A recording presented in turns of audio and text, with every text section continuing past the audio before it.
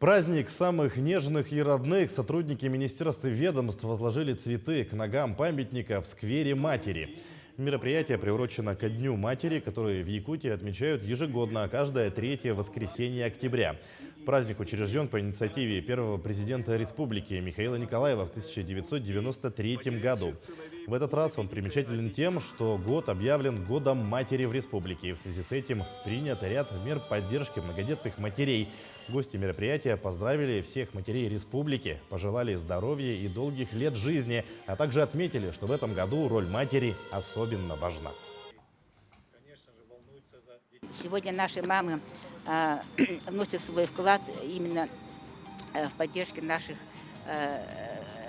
солдат, которые сейчас помогают именно проведению спецопераций. И они именно свою любовь, свою тепло вкладывают в те вещи, которые они готовятся. Это и аптечки, и рюкзаки, и теплая одежда. Да. И все это, конечно, с любовью от материнского сердца, да, чтобы только была победа, победа за нами.